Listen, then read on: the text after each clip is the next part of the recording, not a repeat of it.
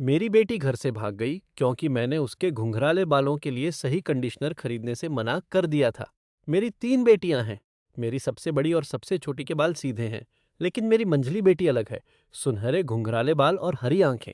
सच कहूं तो मैं उसके कभी करीब नहीं रहा, क्योंकि मुझे शक था कि वह वास्तव में मेरी बेटी है या नहीं। वह जिद करती थी कि उसे अपने घुंघराले बालों के लिए खास प्रोडक्ट्स की ज़रूरत है। मैंने कुछ खरीदे, लेकिन उसने कंडीशनर इतनी जल्दी ख़त्म कर दिया कि मुझे अच्छा नहीं लगा।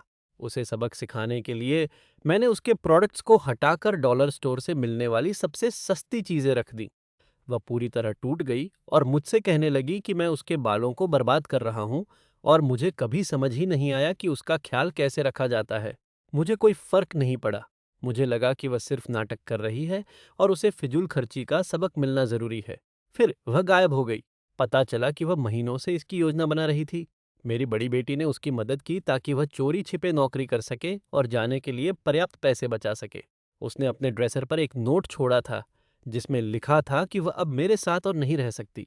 3 दिन बाद वह अपनी मौसी के घर मिली।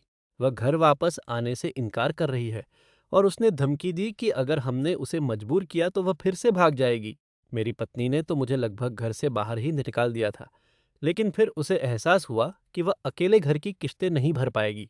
तो अब मेरी बेटी अपनी मौसी के साथ रह रही है और मैं बस यही सोचता रह गया कि शैम्पू की एक बोतल ने मेरे परिवार को कैसे तबाह कर दिया।